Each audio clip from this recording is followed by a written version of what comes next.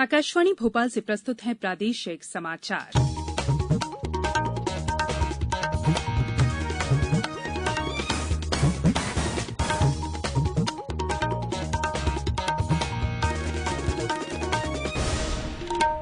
नमस्कार, समाचारों के साथ मैं संयुक्ता बैनर्जी। पहले मुख्य समाचार।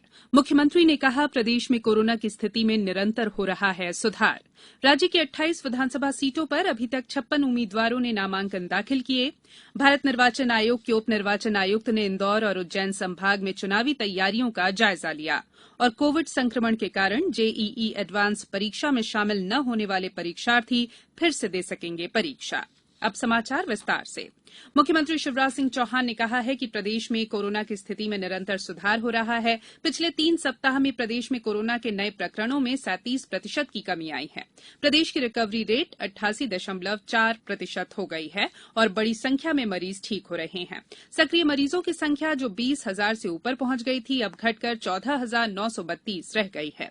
मृत्यु दर में भी उल्लेखनीय गिरावट आई है। मुख्यमंत्री ने कहा है कि प्रदेश के सभी जिलों में कोरोना अस्पतालों में पर्याप्त संख्या में बेड उपलब्ध हैं और ऑक्सीजन की भी पर्याप्त उपलब्धता है। उद्योगों को भी उनकी आवश्यकता के अनुसार ऑक्सीजन मिलेगा।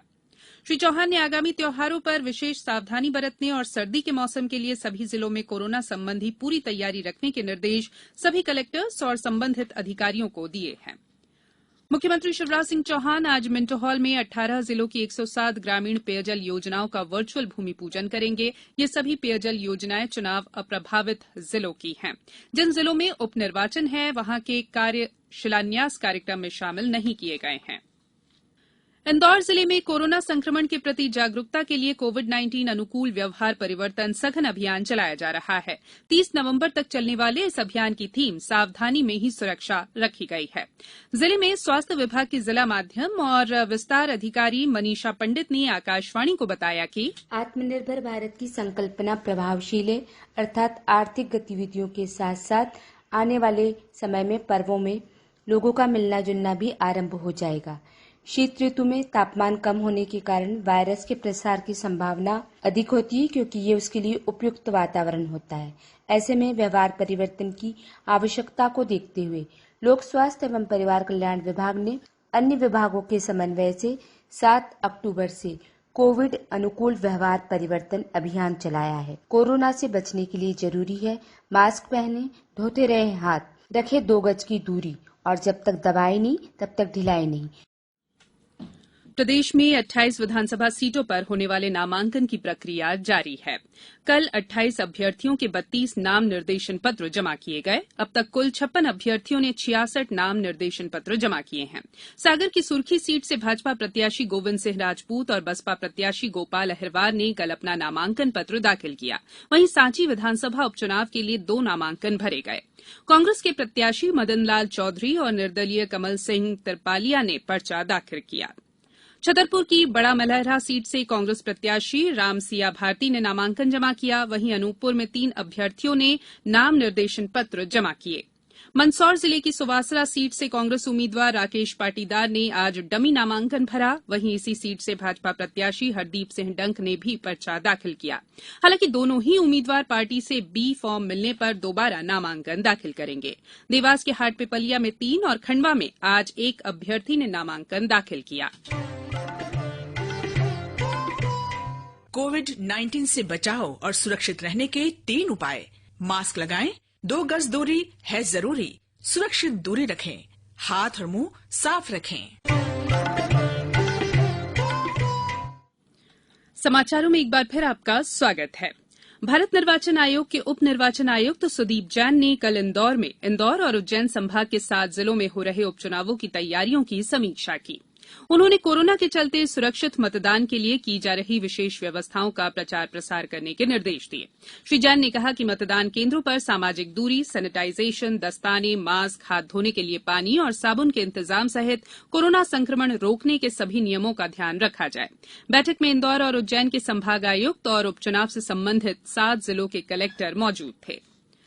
संस्कृति विभाग स्वराज संस्थान संचालनालय द्वारा शौर्य स्मारक की 4th वर्षगांठ समारोह के रूप में मनाई जाएगी। शौर्य स्मारक में आज से 16 अक्टूबर तक प्रतिदिन शाम 6 बजे विभिन्न कार्यक्रम होंगे। पर्यटन और संस्कृति मंत्री उषा ठाकुर के मुख्य आतिथ्य में आज 7वीं वाहिनी विस्वल भोपाल के पुलिस बैंड द्वारा देशभक्ति गीतों की प्रस्तुति होगी। समारोह में कोरोना संक्रमण के लिए जारी दिशा निर्देशों का पालन करते हुए दर्शकों का प्रवेश निःशुल्क रहेगा। कोरोना से बचाव के लिए प्रधानमंत्री द्वारा शुरू किए गए जन आंदोलन को व्यापक समर्थन मिल रहा है और समाज में जागरूकता के लिए प्रयास तेज हो गए हैं।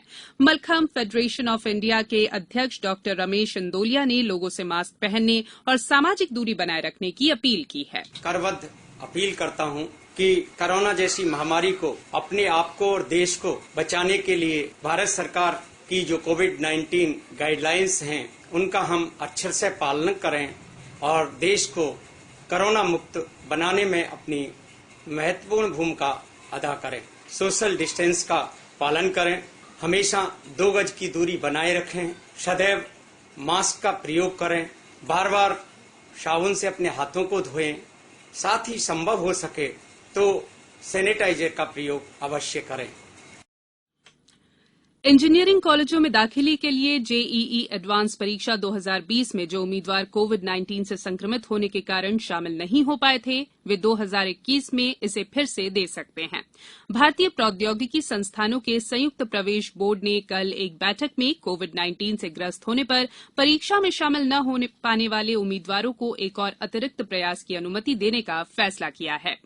इसके बाद प्रभावित उम्मीदवारों के साथ ही अन्य उम्मीदवारों के हितों के लिए उन सभी उम्मीदवारों को एक बार के उपाय के तहत जेईई एडवांस 2021 की परीक्षा में शामिल होने की अनुमति दे दी गई, जिन्होंने जेईई एडवांस 2020 की परीक्षा के लिए अपना पंजीकरण कराया था पर उसमें अनुपस्थित रहे थे। आईपीएल क्रिकेट प्रतियोगिता में कल रात दुबई में चेन्नई सुपर किंग्स ने सनराइजर्स हैदराबाद को 20 रनों से हरा दिया। पहले बल्लेबाजी करते हुए चेन्नई सुपर किंग्स ने 6 विकेट पर 167 रन बनाए। जवाब में सनराइजर्स हैदराबाद की टीम 8 विकेट पर 147 रन ही बना सकी। आज दुबई में दिल्ली कैपिटल्स का मुकाबला राजस्थान रॉयल्स से होगा। अब कुछ समाचार संक्षेप में। मंदसौर जिले के सुवासरा विधानसभा क्षेत्र में रंगोली बनाकर मतदाताओं को वोट करने के लिए जागरूक किया जा रहा है। गुना जिले के राघवगढ़ में शासकीय उचित मूल्य की दुकान पर नियमों का उल्लंघन करने के मामले में एक दुकान पर जुर्माना लगाया गया, वहीं 2 दुकानें निलंबित कर दी गई। मंडला में जल जीवन मिशन के तहत जिला जल एवं स्वच्छता समिति की बैठक हुई, जिसमें जिला कलेक्टर ने प्रत्येक बसाहट में पीने का पानी उपलब्ध कराने के निर्देश दिए हैं। गुना जिले के ब्यावरा में आंगनवाड़ी और आशा कार्यकर्ताओं की बैठक में जिला कलेक्टर ने कहा कि मतदान में कार्यकर्ताओं की महत्वपूर्ण भूमिका है।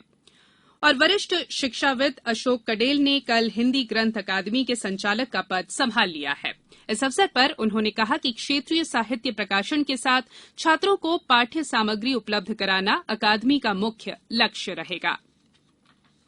अंत में बुलेटिन के मुख्य समाचार एक बार फिर। मुख्यमंत्री ने कहा, प्रदेश में कोरोना की स्थिति में निरंतर हो रहा है सुधार। राज्य की 28 विधानसभा सीटों पर अभी तक 56 उम्मीदवारों ने नामांकन दाखिल किए।